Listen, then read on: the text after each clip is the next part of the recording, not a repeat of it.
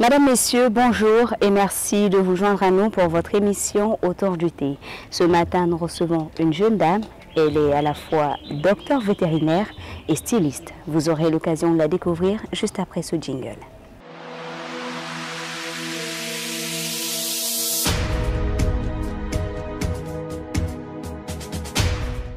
Une fois encore, bonjour et merci d'être avec nous. Comme dit à l'entame de cette émission, nous recevons Diarra Sanogo qui est docteur vétérinaire et styliste. Bonjour Diarra. Bonjour Balkissa. Merci d'être avec nous ce matin. Avec plaisir. Alors, c'est quand même très rare. Vous êtes à la fois docteur vétérinaire et styliste. En tant que femme vétérinaire aujourd'hui, est-ce que vous pouvez nous dire comment est-ce que ça se passe un peu dans votre milieu de vétérinaire, bien évidemment? D'abord, merci. Aujourd'hui, moi, en tant que vétérinaire, dans le milieu, je dirais que je ne rencontre pas vraiment de problème. En tant que femme, de problème réel, il n'y a pas de problème. Je dirais qu'il faut juste savoir s'affirmer, s'imposer dans ce milieu en faisant ses preuves. C'est juste ça. Le reste, ça vient. Et on sait aujourd'hui qu'elles ne sont quand même pas nombreuses, ces femmes vétérinaires aujourd'hui au Mali. Vous dites que vous ne rencontrez pas de problème, mais comment se passe généralement votre collaboration avec vos confrères hommes vétérinaires aussi dans ce domaine? N'y a-t-il pas de... vous ne vous sentez pas un peu mise de côté? Comment ça se passe? Est-ce que vous pouvez nous expliquer un peu? Bon, c'est comme je le dis, avec les confrères, il n'y a pas de problème en tant que ça, parce que comme c'est eux-mêmes, ils savent les études, c'est les mêmes études que nous avons fait, donc ils savent,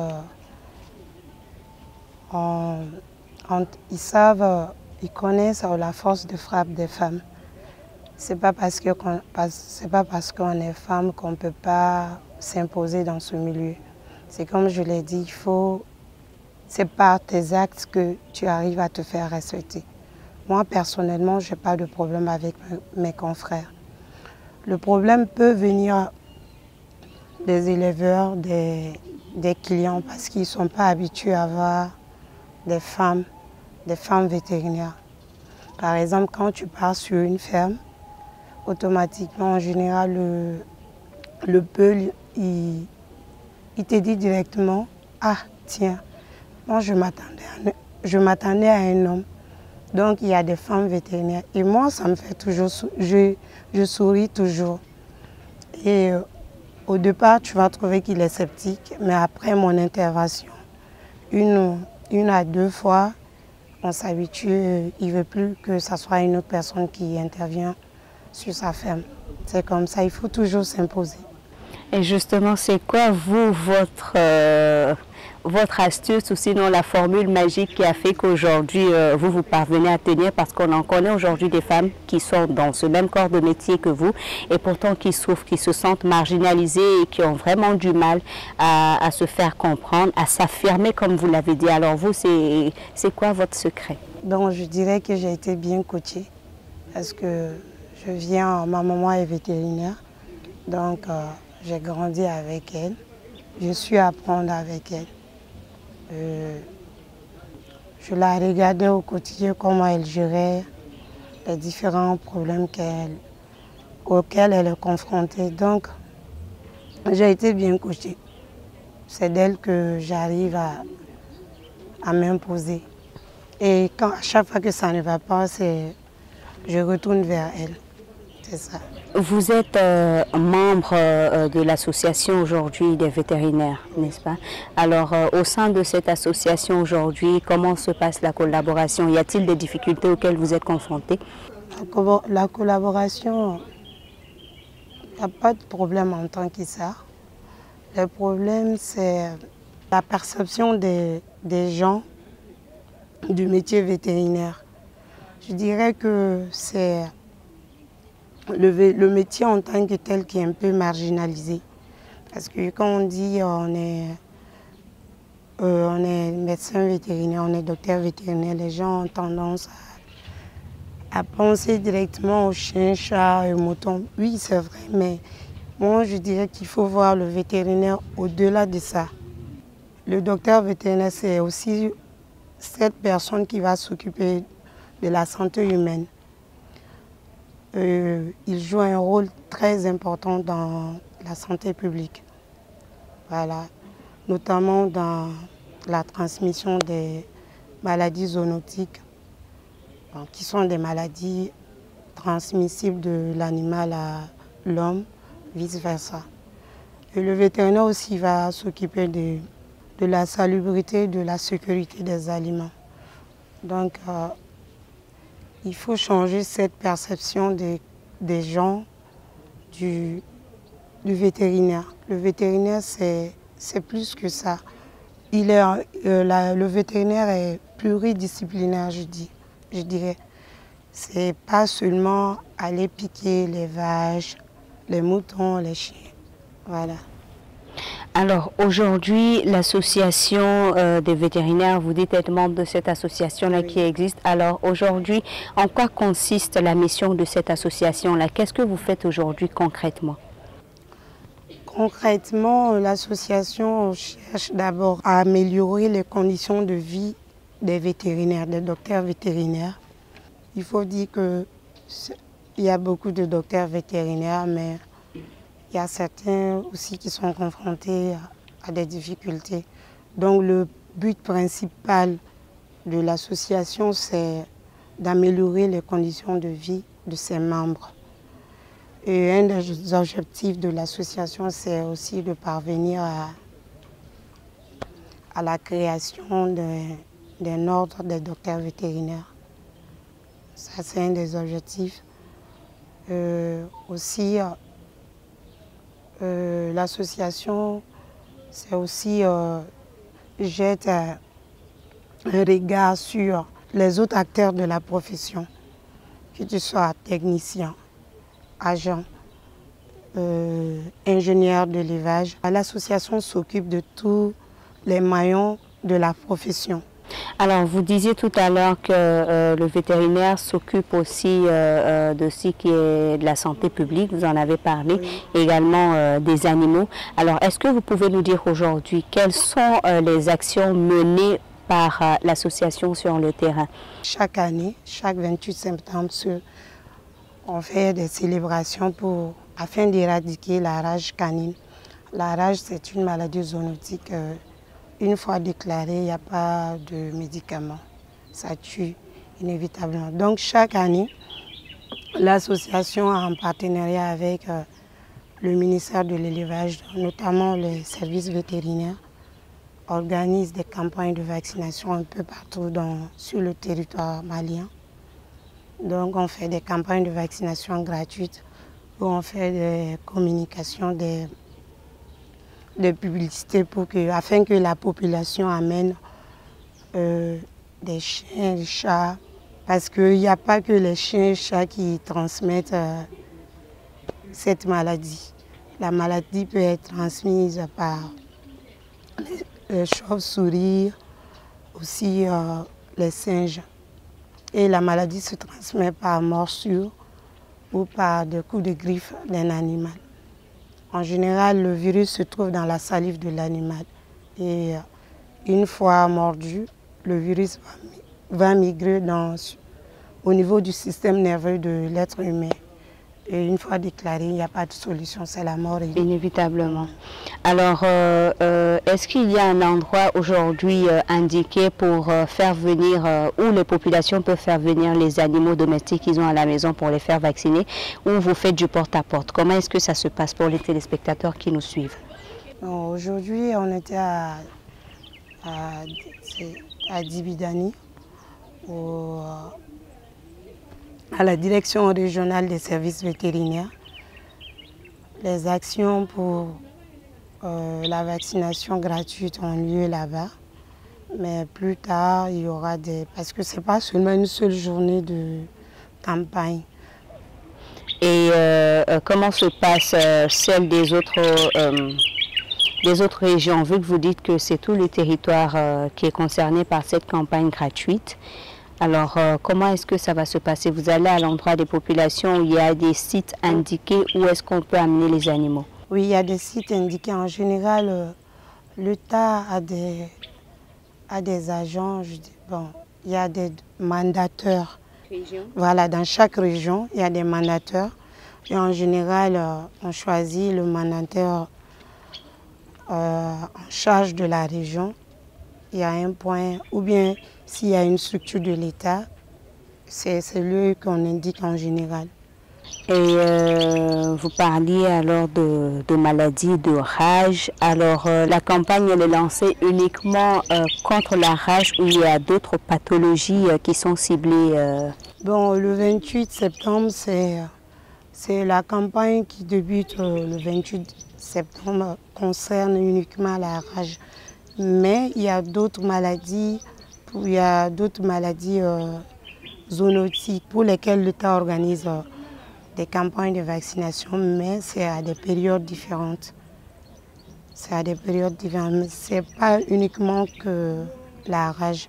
Il y a d'autres maladies qui sont concernées dans la politique de l'État. Ok, merci pour ces détails. Alors, je disais à l'entame de cette émission qu'en plus d'être docteur vétérinaire, vous êtes également styliste. Oui. C'est chose en tout cas assez rare qu'un docteur vétérinaire se retrouve à la fois styliste. Est-ce que vous pouvez nous expliquer un peu d'où vous est venue cette passion-là? Moi, je suis une grande passionnée de la culture. Pas seulement de la culture malienne, mais de la culture africaine en général. Je me suis retrouvée, je dirais, accidentellement. Je dirais accidentellement parce que à la base, c'est moi-même qui m'habillais comme ça. Bien avant d'être vétérinaire, j'avais cette passion. À chaque fois que je m'habille, tu vas trouver qu'il y a toujours une petite touche africaine quelque part. Soit c'est le foulard, soit c'est les bracelets ou c'est le collier. Donc, c'est dans ça qu'à chaque fois que je m'habillais, j'avais des appréciations et j'ai commencé à commercialiser. Et dans ça, je me suis dit, ah tiens, pourquoi ne pas essayer de créer une marque? C'est comme ça, c'est venu. Et j'ai commencé un peu et les gens ont commencé à apprécier. Donc, pour professionnaliser la chose, j'ai pris une année de cours en stylisme l'année dernière. Et après, je me suis formée dans l'art de fabrication du borolan, qui est un tissu très prisé des Maliens. Et voilà. Mais je n'utilise pas que du borolan. J'utilise d'autres matières africaines. Est-ce que les produits, la matière première dont vous avez besoin aujourd'hui pour fabriquer vos tenues, est-ce qu'elles sont accessibles? Comment ça se passe? Voilà. Bon, certaines matières premières sont accessibles, d'autres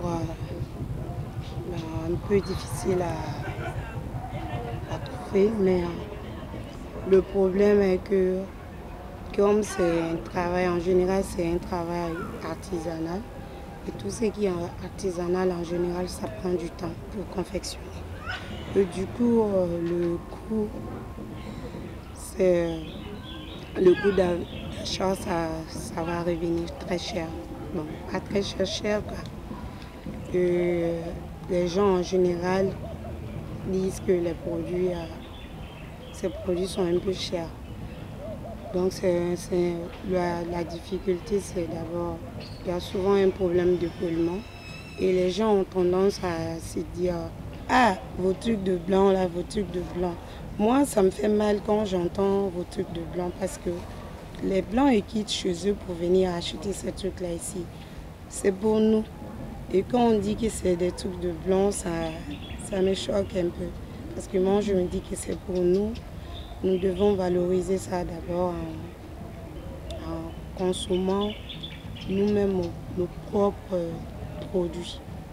Mais aujourd'hui, beaucoup de personnes aussi se plaignent du fait que même le bogolan, par exemple, il n'est pas facile de l'acheter auprès des stylistes. La plupart des gens qui font la fabrication du bogolan ou même qui en font des prêt-à-porter, généralement le vendent cher par rapport aux autres tissus.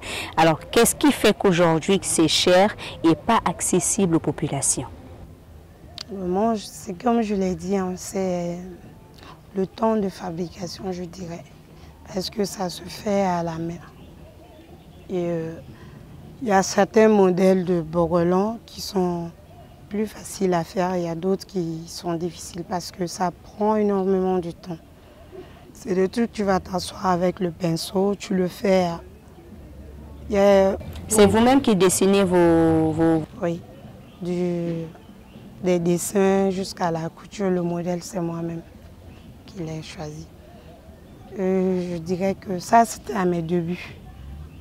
Je dirais que je fais une semaine comme ça sur ce pain.